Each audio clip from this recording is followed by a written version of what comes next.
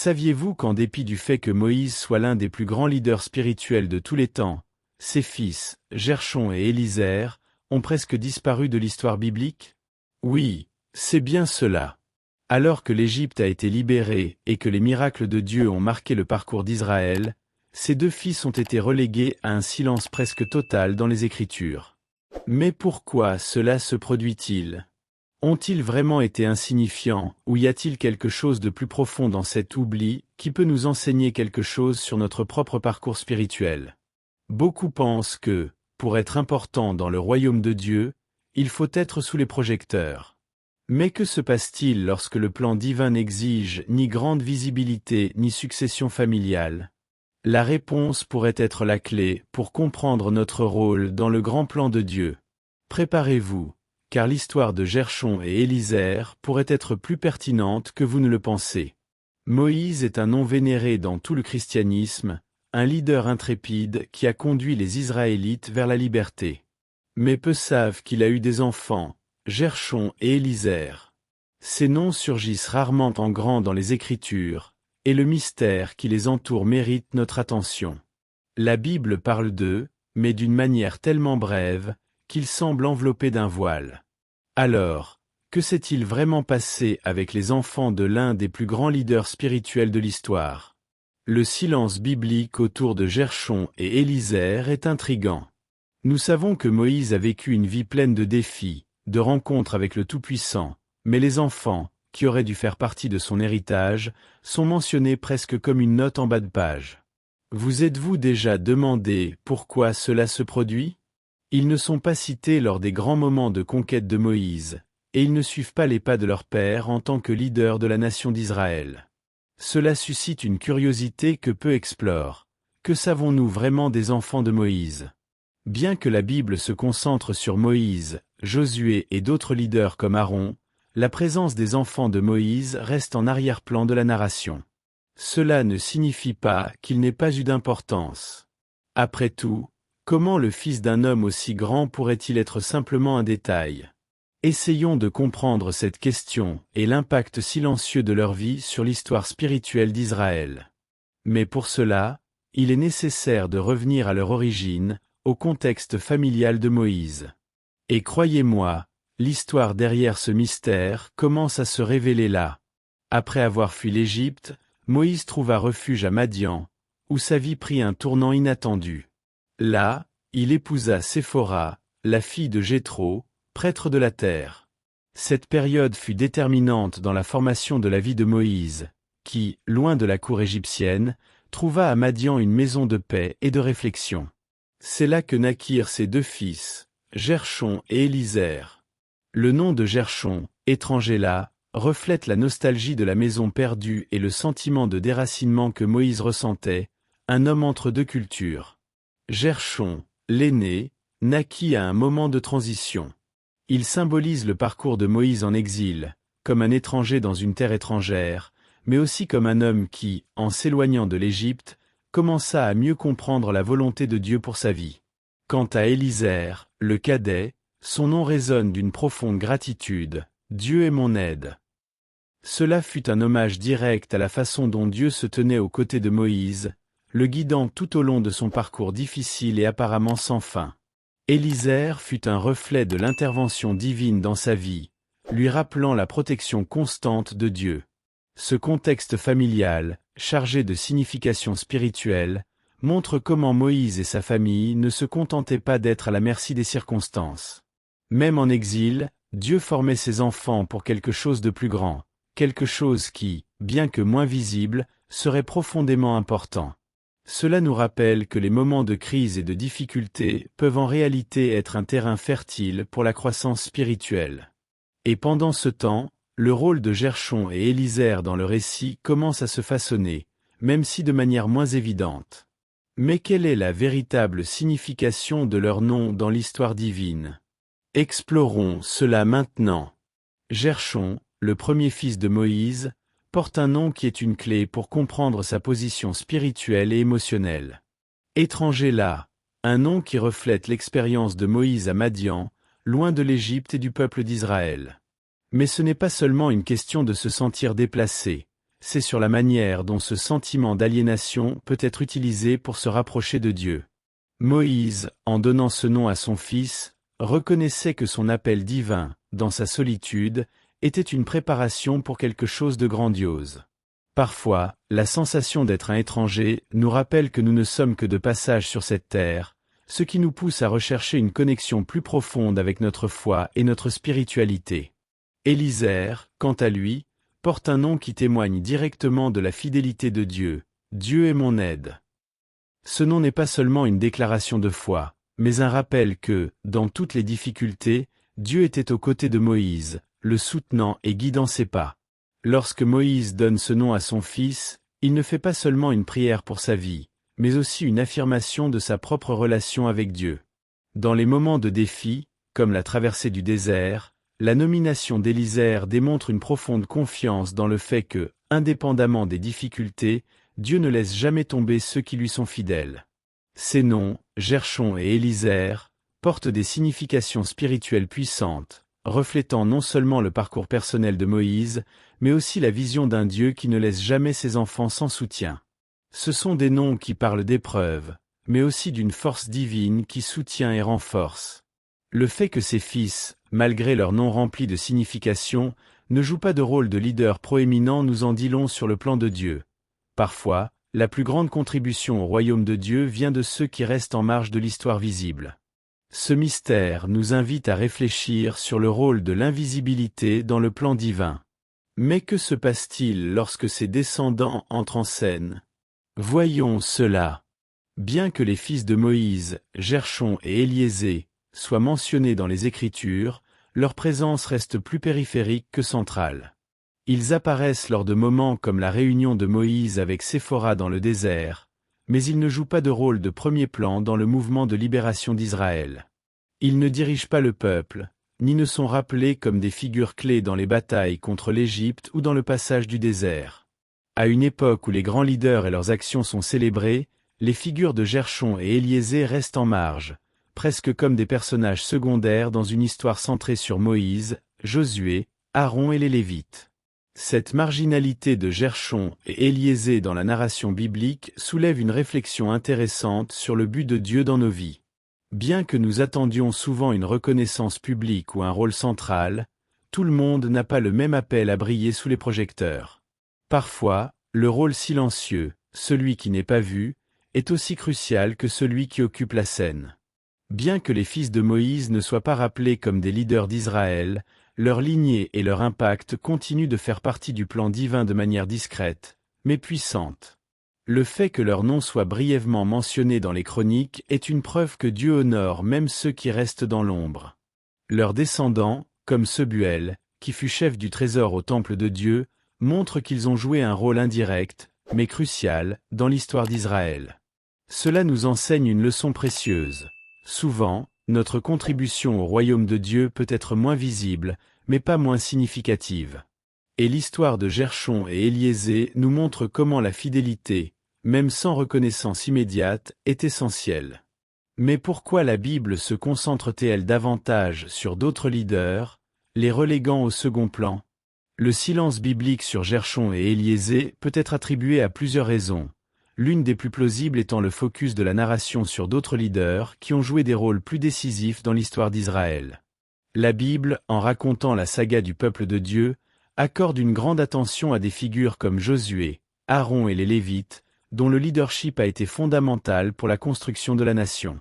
Le choix de Josué, par exemple, comme successeur de Moïse ne s'est pas fait par héritage familial, mais par un appel divin direct.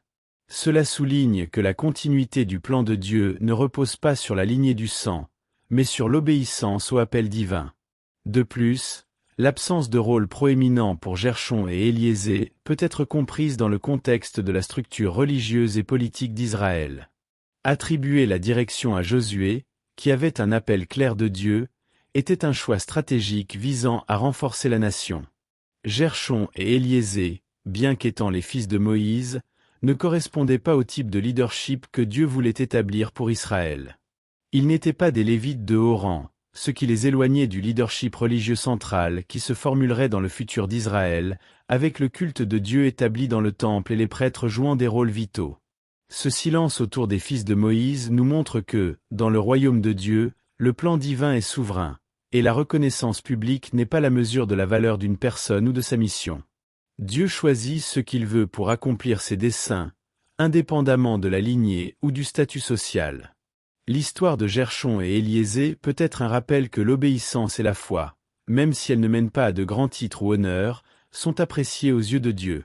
Et, bien que leur rôle dans la narration biblique ne soit pas grandiose, leur contribution et leur lignée restent une partie de l'héritage spirituel. Mais comment les descendants de Gershon et Éliésée ont-ils continué à jouer un rôle dans le plan de Dieu? Malgré le fait que Gershon et Éliésée n'aient pas occupé de rôle de leadership direct, leurs descendants ont eu un impact significatif dans le plan de Dieu. Sebuel, par exemple, un descendant de Gershon, fut nommé chef du trésor au temple de Dieu, jouant un rôle important dans l'administration des ressources du temple, quelque chose de crucial pour l'adoration et la continuité du culte à Dieu en Israël. Cela nous montre que l'héritage spirituel de Gershon, bien qu'il ne se soit pas exprimé à travers un leadership direct, s'est manifesté à travers ses descendants. Ce qui a commencé de manière apparemment discrète, avec le nom étranger là, s'est transformé en une lignée qui, indirectement, a contribué à l'adoration de Dieu. D'un autre côté, la lignée d'Éliésée est également restée présente de manière significative. Bien que les propres enfants de Moïse n'aient pas assumé des positions de grande visibilité, la lignée d'Éliésée a été préservée de manière abondante, avec plusieurs de ses descendants jouant des rôles importants dans le service de Dieu. Cela nous enseigne que, souvent, l'impact de nos vies et de nos actions va au-delà de ce que nous pouvons percevoir. Ce que nous faisons dans la fidélité, sans que les autres le voient, peut avoir des répercussions qui se prolongent sur plusieurs générations. Ce qui semble insignifiant pour le monde peut être la base sur laquelle Dieu construit quelque chose de durable. La contribution des descendants de Gershon et Éliésée, bien qu'indirecte, illustre que la véritable grandeur ne réside pas dans le fait de se trouver en première ligne, mais dans le service fidèle là où Dieu nous place. Il nous rappelle que l'impact spirituel ne se mesure pas uniquement par le protagonisme, mais aussi par la fidélité à l'appel divin, même dans les rôles les plus discrets. Cela nous pousse à nous interroger. Comment pouvons-nous être fidèles, même lorsque notre contribution n'est pas reconnue? Cela nous amène à réfléchir sur le rôle de Dieu dans nos vies. Mais les leçons spirituelles que nous pouvons tirer de cette histoire sont-elles plus profondes que ce que nous imaginons? L'histoire de Gershon et Éliésée nous enseigne que le but de Dieu ne dépend pas du protagonisme ou de la reconnaissance publique. Souvent, les gens ont tendance à associer le succès spirituel à des positions de leadership visibles ou à de grandes actions acclamées par tous. Mais la vérité est que Dieu a un plan pour chacun de nous, et ce plan n'est pas lié à la taille ou à la visibilité de notre contribution. Gershon et Éliésée n'ont pas été au centre des événements qui ont façonné l'histoire d'Israël, mais cela n'a pas diminué leur valeur aux yeux de Dieu. Il nous montre que, même lorsque nous ne sommes pas sous les projecteurs, Dieu utilise notre fidélité pour impacter l'histoire de manière que nous ne voyons pas toujours. De plus, l'héritage spirituel peut se manifester de manière moins visible, mais tout aussi importante. Pensons aux coulisses des grands mouvements spirituels, où la prière, la foi silencieuse et le service humble ont un impact profond et durable. Les fils de Moïse, bien qu'ils n'aient pas joué de rôle en vue, ont été des instruments de Dieu, d'une manière qui n'était pas reconnue publiquement. Cela nous défie à voir que l'obéissance à Dieu, même dans des rôles discrets, est tout aussi précieuse que le leadership public. Si vous vous trouvez dans une position qui n'est pas célébrée, rappelez-vous que Dieu voit votre cœur et votre fidélité. Enfin, l'histoire des fils de Moïse nous enseigne que la fidélité à l'appel divin est plus précieuse que la position ou la visibilité.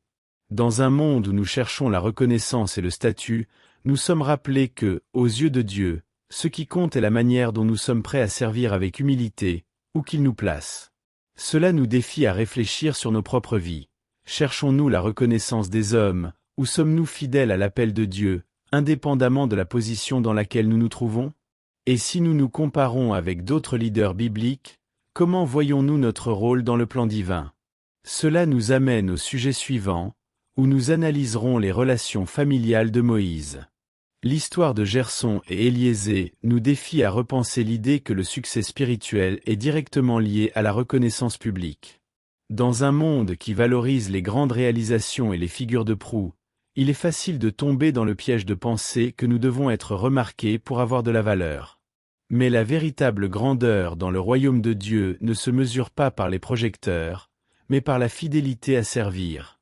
La vie de Moïse et de ses enfants nous enseigne que, souvent, les plus grandes contributions au royaume de Dieu sont silencieuses, discrètes et souvent invisibles aux yeux du monde.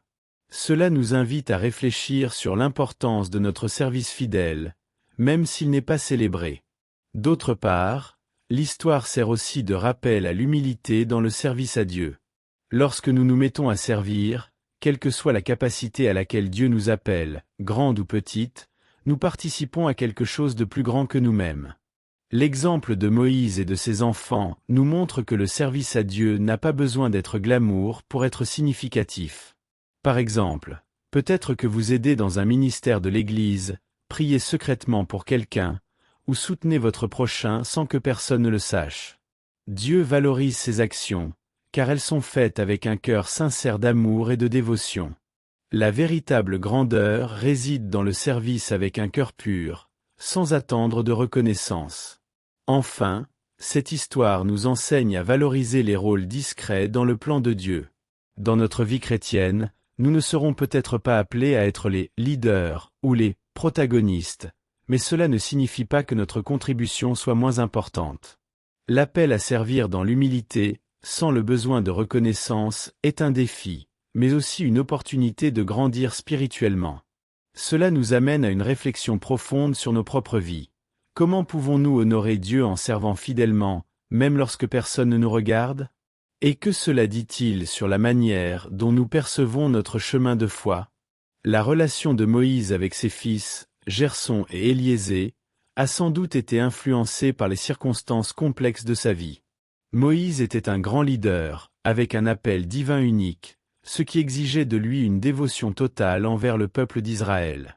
Pendant les années de traversée du désert, il a passé de longs moments loin de sa famille, accomplissant la mission de guider les Israélites. Cette distance physique a parfois pu affecter sa relation avec ses enfants, qui ont grandi dans un contexte très différent de celui de beaucoup d'autres enfants de leaders. Moïse était constamment occupé par des questions politiques et spirituelles d'envergure, et cela l'a rendu peu disponible pour être constamment avec ses enfants. Cette distance nous fait réfléchir sur les défis de l'équilibre entre les responsabilités familiales et vocationnelles, surtout lorsqu'il s'agit de leadership spirituel. Souvent, ceux qui sont à la tête de grandes missions ressentent le poids de leurs responsabilités, ce qui peut créer une tension entre le devoir envers la famille et la mission que Dieu leur a confiée.